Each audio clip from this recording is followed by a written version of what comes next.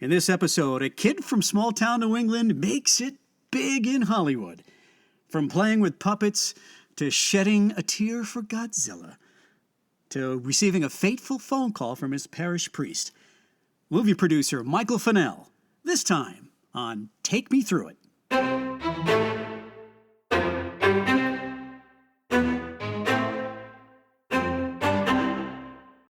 The movies. Hollywood has changed dramatically over the past 90 years, or has it? Watch Gone with the Wind, compare it to a modern-day film, and you ask yourself, has the storytelling changed? Has cinematography changed? What about camera angles? Dialogue, score, direction, great performances? I guess very little has changed, actually. Hell, musicals were huge hits in the 30s, 40s, and 50s. And just last year, a musical won the Oscar for Best Picture. Actually, it didn't. Oh, it didn't? Oh, wait a minute. Faye Dunaway said La La Land, so I turned off the TV and went to bed. It was Moonlight. Oh, it was Moonlight. Well, anyway, you get the point. And joining us on the third floor south, jumping in. On the other side of the room. That's right. Joining us on third floor south, a famed movie producer. So he would know who won the Oscar last year. Among his credits, listen to this lineup. This is just a handful. Rock and Roll High School, The Howling, Explorers, Inner Space, The Burbs, Deceived, Matinee, Newsies, and oh yeah, something called Gremlins. It's my pleasure to welcome Michael Finnell to Third Floor South. We're not related, by the way. Well, I want to ask you that question. It's odd that you and I both pronounce and spell our names exactly the same way. Finnell, Finnell. How can you explain that? All right, go ahead. All right. Listen, normally I would say Michael Finnell, no relation. In this case, I probably should have said Michael Finnell, relation. Yes. All right, Mike and I are first cousins. We're double cousins. Our fathers were brothers. Our mothers were sisters. The two Finnell boys married the Shaughnessy girls. And I remember one of my earliest memories growing up was making movies. Mike would come visit, and my brother Sean and I were just goofing around. But for you, it was serious. It was the start of something big. Take me through that, Mike. Well, when I was really little, when I was, a little kid, I started to play around with puppets. And there's a English company called Pelham Puppets, and they made these really great marionettes. But I started just with hand puppets. I think the first ones, like my mother made them out of socks and things like that. And then I actually bought some. But so the theatrical interest in pretend and theatrical was something that from a very young age I started, and possibly it had something to do with me being an only child because I didn't have siblings to talk to and play with, so I created these other characters with puppets. So I think that the instinct towards dramaturgy, if you can call it that, was there early. And then I watched TV. I started to watch TV, and I probably watched far too much television, and it ruined you forever. That's right. And then I started to see and notice that there was a difference between TV shows and movies that they would run. And I grew up in Connecticut, and there was a TV station out in New York, Channel 9, WOR, and they would have something called $1 Million Movie. That's right. And they would run the same movie, and it is usually a monster movie, or because what I remember most vividly is King Kong and Godzilla. The theme song for the $1 Million Movie was the theme from Gone with the Wind.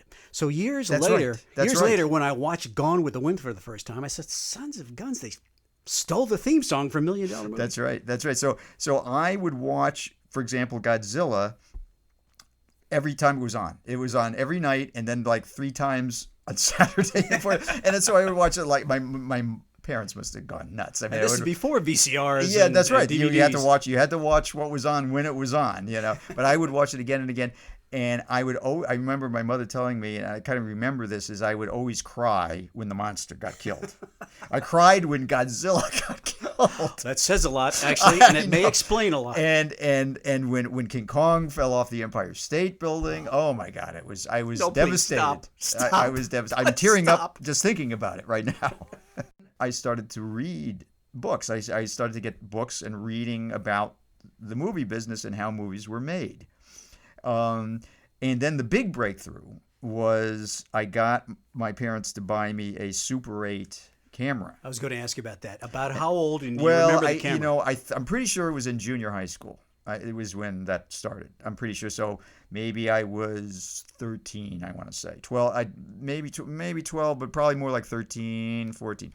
And then I started to just make up these ridiculous stories. Usually it involved guns and people getting killed. Yes, and I was usually the first one to die. In these movies, that's right. And I actually have one of those movies still, and I got it because I got it transferred to DVD, where my cousin BJ is all of maybe 10. And that's me. Yeah, I think it was called The Debt. Yes, The Debt. What I remember after having seen it just a few years ago, nearly 40, probably more years than it after it was filmed, was that my brother Sean looked just like Ernie from My Three Sons. That's right. That's right. So anyway, and then I taught myself how to make movies, and I would edit them, and I remember, Super 8 film was, it was 8 millimeters, a little tiny little strip, it was 8 millimeters wide, with these the frames were so small, only like a 14-year-old's eyesight could actually see, but the editing machine was this little thing with this little screen and 2 rewinds, and you would find the frame, and then you would have to physically cut it and tape it, these tiny little pieces of film. But first you'd have to send the film out to get it developed. Well, First you would have to, you'd shoot the film, and then you would send it to Kodak, right, and wait, like, in a week later you would get the raw footage back, and normally I would try to edit in the camera to a certain extent. It wasn't like I was shooting all kinds of footage and then going to create it in the, I would plot out all the angles and everything, and I would actually, storyboard everything. I didn't really draw them, but I would make a shot list of what I wanted, and shoot it in sequence, of course. Well, it's not like today where if you shoot it with an iPhone, it's all digital. You can shoot the same scene 20 times and just delete 19 of them. That's right. Well, that's there was a cost to film. That was the start for you of something big. It's, now you get into high school and you've got your camera, you've got that interest in the theater, but there was a great progression. It had to have been during high school, because you would eventually end up at NYU Film School. So take me through the high school years. Well, in high school, I made some movies. I remember I did some things actually in school. But there certainly wasn't a film course. But I would me and my friends, for the most part, it was me and my friends going out and making. So we did this one movie. I remember we actually went to New York and we shot in Grand Central Station, and that was like a big production. And we shot the guy on a train, like a 16-year-old. Dressed up as a commuter with a tie on, is going to work, and it was, what was it called? It was called, God, what was it called? The Boy in the Gray Flannel. No, it was called The Mechanical Man, and it was, what the idea was is that this poor guy gets up every morning, gets on the train, goes to Grand Central Station, comes back, does the same thing. Well, that's why you were able to do it. Over and over again. Because nobody in Grand Central Station paid attention, because they're all doing the same thing. That's right. That's right. And then at the end, he dies for no particular reason. He just sort of falls over and dies. It's all about the pathos. That's right. Pathos. I started to decide, well, I want to go to college for this. I want to go to school. I want to, take the next step. And there was even the 3 best schools, and I think I don't think it's changed since the late 60s, early 70s, were NYU, USC, and UCLA. And USC and UCLA were in California, which, I was in Connecticut, so that was a little extreme to do that. But it really came down very quickly to NYU. And unfortunately, that was, of course, the most expensive of all the schools. Of course. And so my mother took a second job, and she had been a homemaker, and then she took a job working in a doctor's office, and they somehow, because these were not wealthy people, my father worked in a company that sold used forging equipment called the Fairfield Equipment Company. I remember it well. So these were just, very extremely middle class working people, and somehow they skimped and saved and sent me to this incredibly expensive college in New York City. Plus, living in New York City, and so I went there for 4 years, and it was great for several reasons. One was obviously you could make movies there because that was what you were there for. So you would, you make movies in classes, but also you would see a ton of movies, and this was before all these movie channels and video. So there was all these revival houses in New York City. So you could go see movies of all eras and foreign American movies going back to the 30s in theaters. And the other thing is that you were with like-minded people. So you could exchange ideas and enthusiasms. So it was basically, you were just steeped in movies for 4 years. And that also must have given you the confidence and the drive to say, okay, when I'm out of here, I know where I'm going. Yeah. I mean, was there a moment, do you remember, where you just said, I know exactly where I'm going as soon as I graduate? It was, I don't even remember, it was almost like it was inevitable that I was going to go to California. I don't remember there being a decision moment. It was more like, it was like inevitable. And because I remember, I think you and your siblings, your brother and your sister, and your mother and father were over at. I think this is what happened. You were over at. Came to visit us in Newtown. You guys lived in Fairfield, right, and we lived in Newtown. You were there for like a Saturday or something. We were talking, and it was towards the end of my senior year, and Sean, I can't remember who said, well, so what are you gonna say? Well, I'm going out to L.A. and I had not said this to my parents, and my mother's like, "Oh, that's interesting." Yeah. Well, some things never change. change. Oh yeah. I guess I didn't tell you. That's right. Yeah, that's one thing that hasn't changed. The parents are always the last to find out. That's right. That's right. You're graduating. You're making plans to go to L.A. And the phone rings. With no connections. No connections. No job prospects. But the phone rings. Well, or did it ring? Well, let me just back up just a little bit. I read that to get a job on a movie set, it's the smart thing is to have a van. Because you can why? Because you can schlep things around. I gotcha. You can carry, you can load the van up with equipment. Right. Free labor. Free labor. Yeah. So if you show up,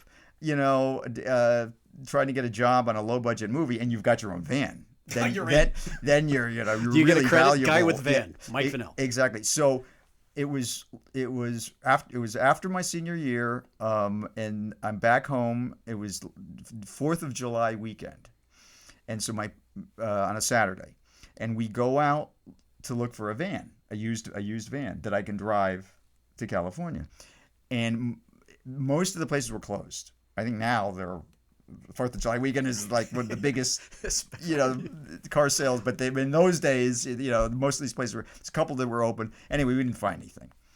So we come back to the house. We go in the house, and just as we're walking in the door, the phone is ringing.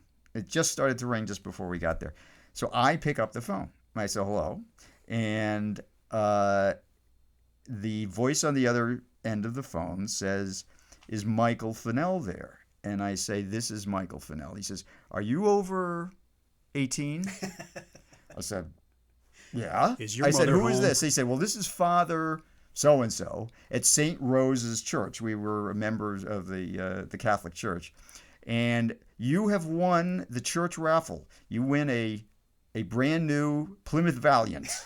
It was a sign, man. I'm telling you. So my mother had bought raffle tickets for the car raffle, and I won.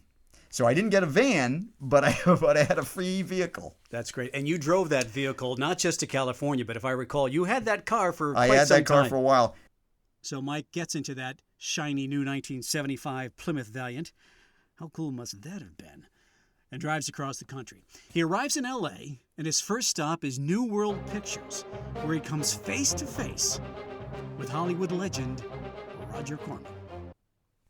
Probably if you're listening to this, if you've gotten this far, you probably know who Roger Corman is without being bored out of your mind. But anyway, Roger, just in case somebody doesn't know who Roger Corman is, Roger Corman still working, still operating, still making movies. Now he's in his 90s, but he started making extremely low budget movies in the 50s.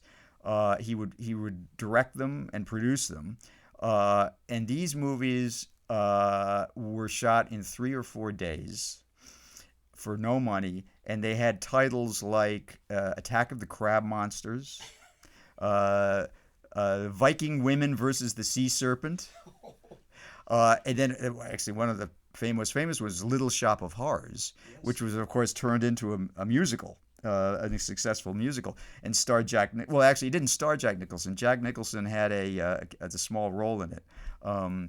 And Roger Corman would make movies basically for very low budget movies, but by the time it got to the mid 70s, which is when I went out there. I went out there in 75 after I graduated.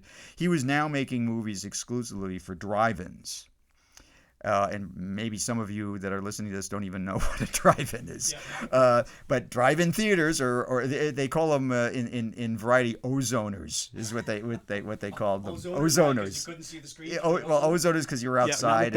I don't know, but anyway, that's what they call it. Yeah, ozoners. That's the variety E is for drive-ins. Ozoners, why? Because you couldn't see the screen through the ozone. Because there was drive-ins all over the country. So these movies were now a little more expensive.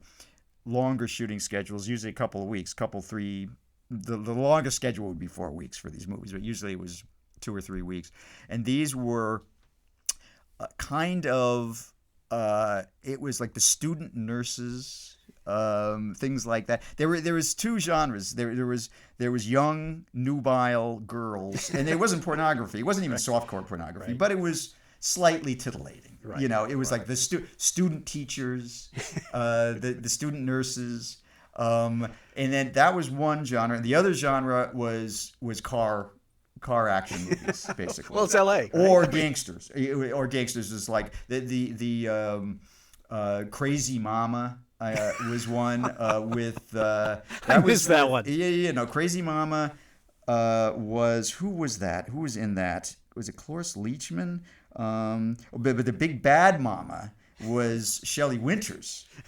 Shelley Winters and her sons, one of whom was played by a very, very young Robert De Niro. That's amazing. And the thing about Roger, which is this is why Roger is famous, and it's not because of the quality of the movies. Although in the 60s he made some very, very good Edgar Allan Poe adaptations with tremendous production values, and starring Vincent Price.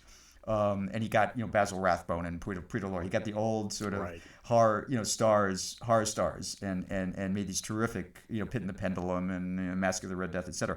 But what he was really famous for was starting careers of actors, writers, directors, producers, because they would work cheap when they were starting out, and they were desperate, model. and they would do anything to get anywhere near a movie set.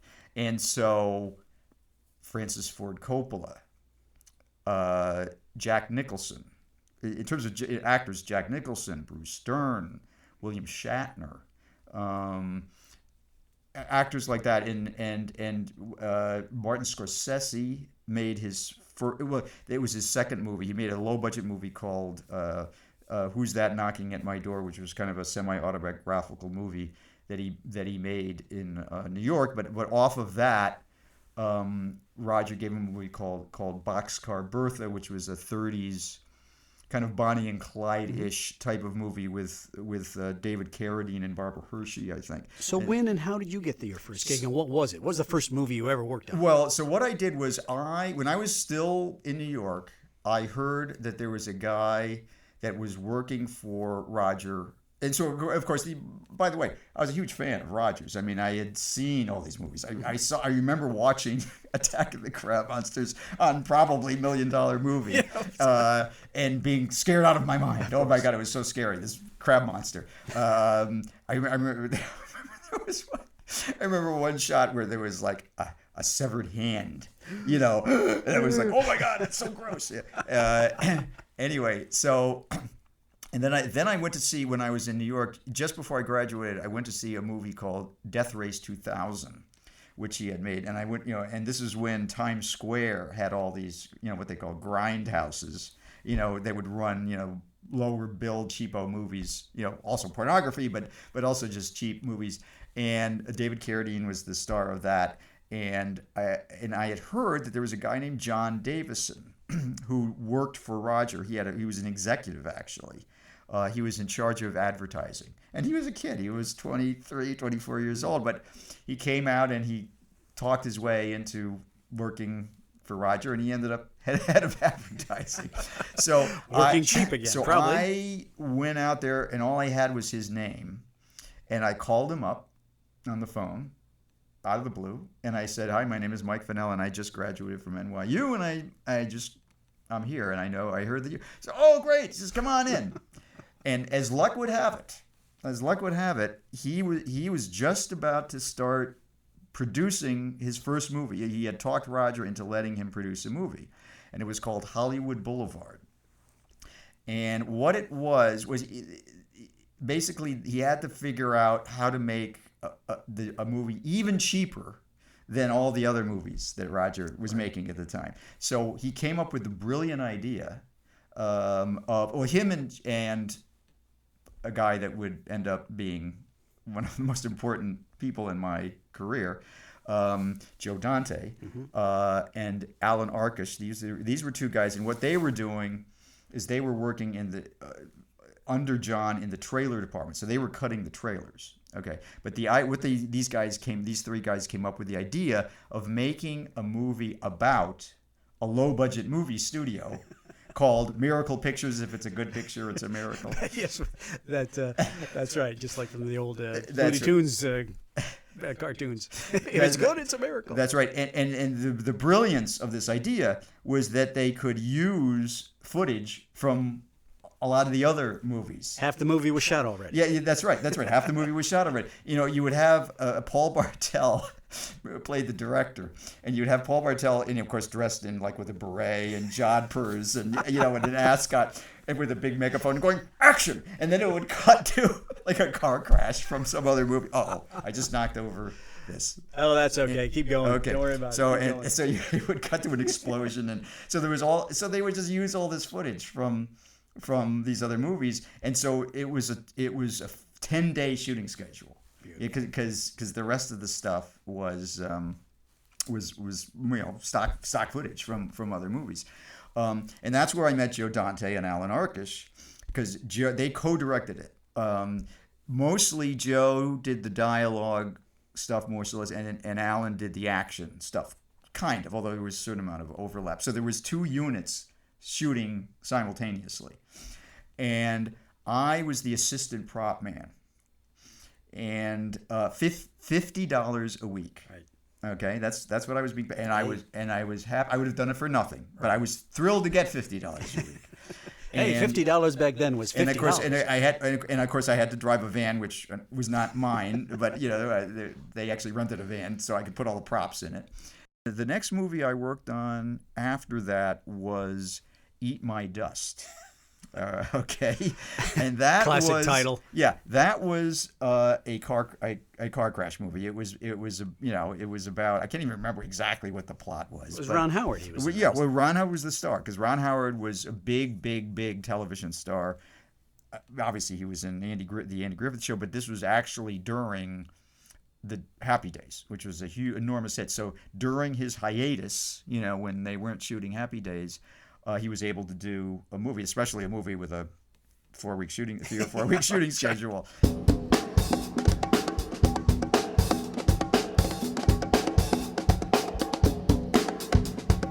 Another guy that was working on that movie in the art department not as an actor, in the art department was Bill Paxton. Oh, And I remember talking, and we became friends. And I remember, talking to him and him saying, I said to him, what do you want to eventually do in this business? And he said, I want to be an actor. And of course, I'm going, yeah, good, okay, that's good, very good. Oh, really? That's terrific. Oh, yeah, yeah. Well, just like every other good waiter luck and with waitress that. in Right. L.A. Good luck with that. And I probably said to him, I want to be a producer, and he probably said the same thing. And he became a very successful actor. It took him a while, but I mean, he starred in movies. And, Right. He just passed away recently. Just passed away tragically. He just passed away recently. Our guest on Take Me Through It is movie producer Mike Finnell. And up next for Mike, learning the art of the reshoot, mayhem in the desert, and what do you do if a movie isn't sexy enough? I kind of became the king of reshoots because Roger would. You always had to do reshoots because there was never enough action for Roger. He would always look at the rough cut and say, "Well, we need more car crashes. There's not enough car crashes." So it would either be a movie that he actually made, or sometimes he would buy movies that like foreign movies and stuff, and he would add car crashes. He said, "Oh, we got to put some more action in this thing." That's right. He did a great version of Romeo and Juliet. Yes, with car crashes. Right, yeah, exactly. So I became kind of the king of putting together these little units where we would shoot sometimes as few as one day, but more often up to a week.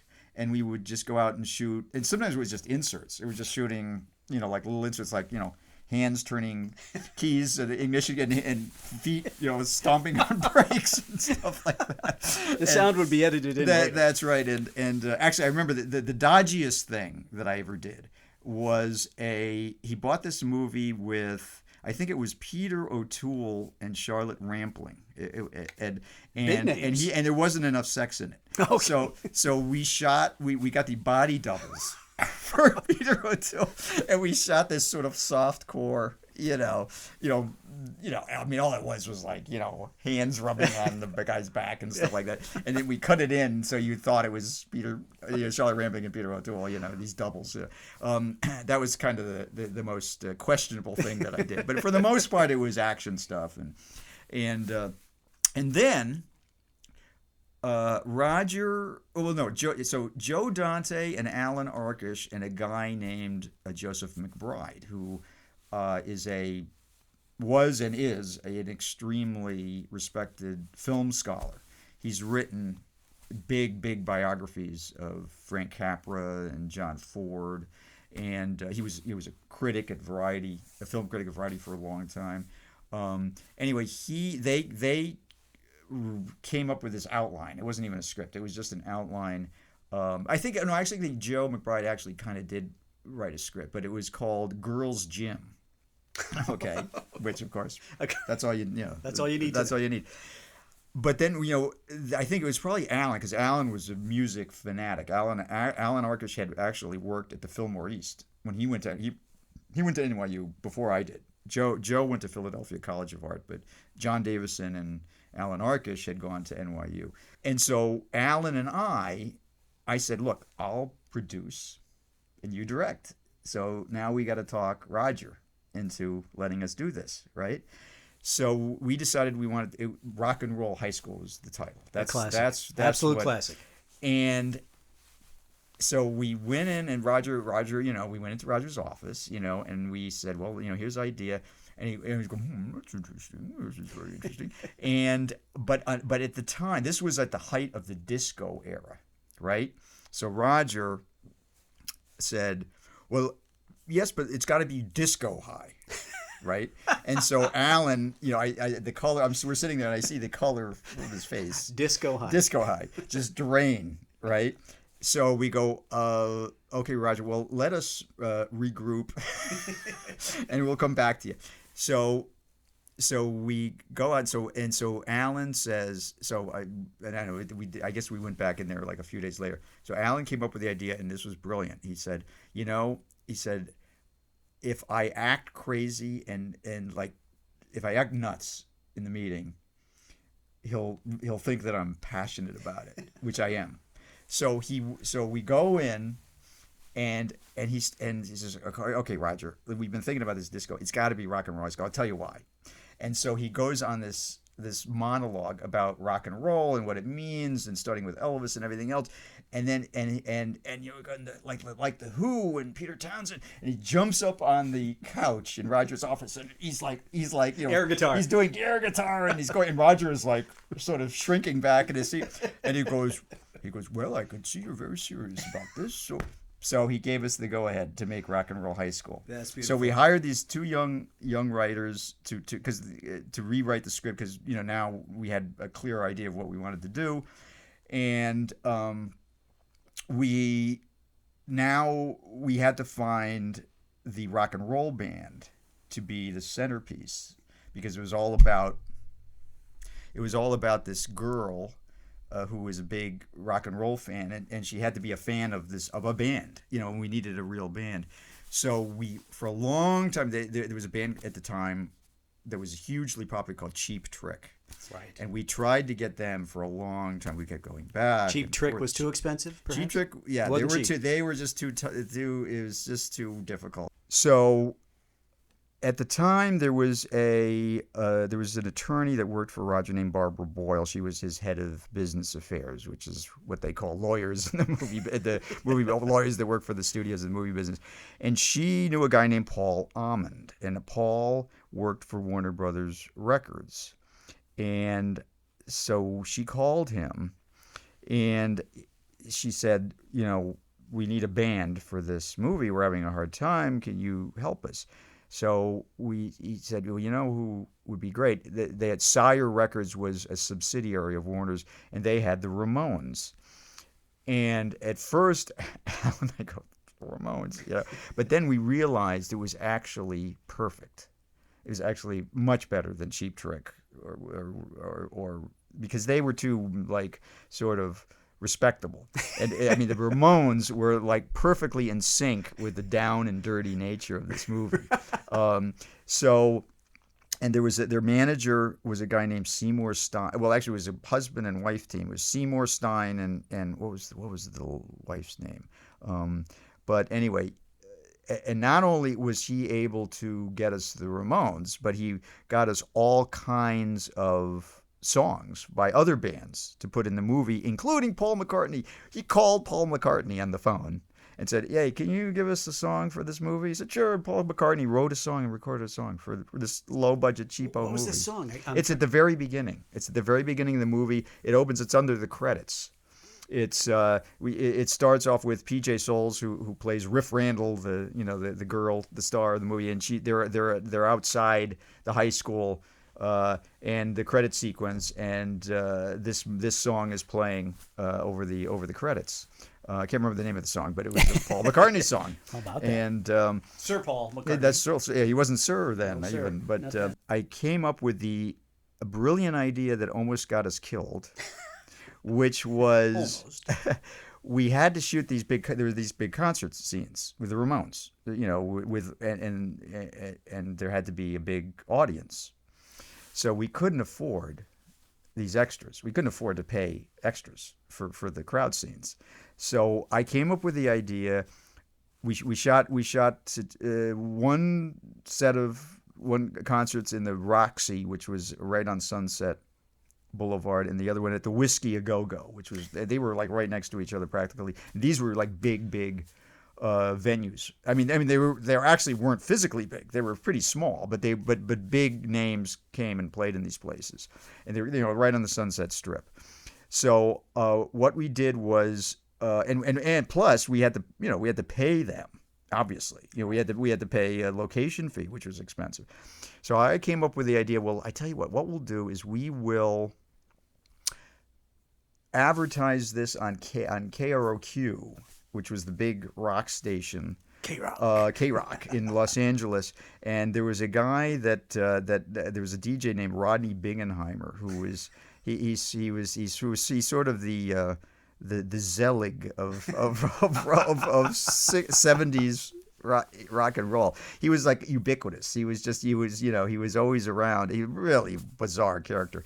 Anyway, so we got him to like say there's going to be a movie shoot at the Whiskey on Wednesday, and we had to shoot like start early in the morning because at night we still had to let them have their concert. So we'd start at like 7 in the morning. We had to get people there at 7 in the morning. So we actually charged admission. And that offset. It gave us free extras and it offset the location fee. That's brilliant. The only problem was these were punks.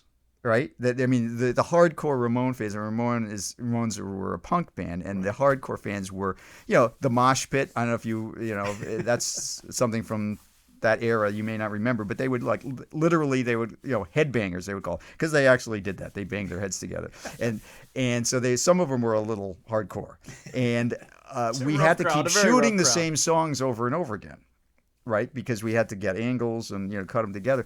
So they would, they were fine. They would go crazy, and then we would do the song again, the same song, and then they'd start to get, and then after the third or fourth time we're doing the same song, they'd start to get like a little kind of pissed off. Well, they thought they were paying for a concert, and luckily, just by the time they were ready to kill us, we were done, at the end. And then the next day we brought a whole new group in. So they were enthusiastic at first, and then they were pissed off by the end of the day, but then we were done. So anyway, that's how we shot the concert scene. So that was my first brilliant producerial coup, I thought. And luckily we survived it. So anyway, so Rock and Roll High School made that, it got a lot of people liked it. It got reviews. It didn't make a ton of money at first, but it became a huge cult. It became a midnight perennial. When they used to have midnight screenings, when they had, when they didn't have multiplexes, Rocky Horror Picture Show, of course, was the most famous midnight movie. Right. Oh, absolutely. But Rock and Roll High School was, actually kind of, I don't know if it was a close second, but people would, come to the theaters all over the country and see this movie at midnight dressed up as the Ramones and, punked out and everything. There was a great line in that movie. Do your parents know you're the Ramones? Ramones? Do your parents know you're Ramones? Yes, exactly. I'm not sure that would have worked with Chief. Yeah, that's right. It wouldn't have, yeah. So after Rock and Roll High School, I kind of felt, Alan and I both, we had kind of reached our apotheosis, our peak at New World Pictures for Roger. And Roger, he was totally cool. Actually, Ron Howard tells a famous story where when he was directing Grand Theft Auto, there was this big scene where he needed a lot of extras. And so Roger would only give him so much money and not enough extras. And so he went into Roger. He said, Roger, he says, I really need more extras for this. You have to give me a little more money for extras. And Roger said, Ron, he says, no, I'm not going to do that, but I will tell you one thing. He says, if you do a good job in this movie, you'll never have to work for me again. That's great incentive. Yeah. So that was really that's what everybody did. They reached, a certain point where that was it. Now you had to move on. Well, and move on he did. From generally being in charge of a lot of things on a comedy classic to the arrival of a mysterious package from Steven Spielberg, to striking gold with a friendly little adorable creature. Friendly and adorable as long as you don't feed him after midnight. We'll continue with movie producer Mike Finnell next time on Take Me Through It. We'll hope you enjoyed this edition of Take Me Through It, and we hope that you and every living thing on the planet subscribe to our little slice of heaven, the stories of challenge, determination, and success. Now, please send all comments to our complaint department and all complaints to our comment department. The email address is bj@takemethroughit.com. That's bj@takemethroughit.com. Until next time, I'm BJ Finnell.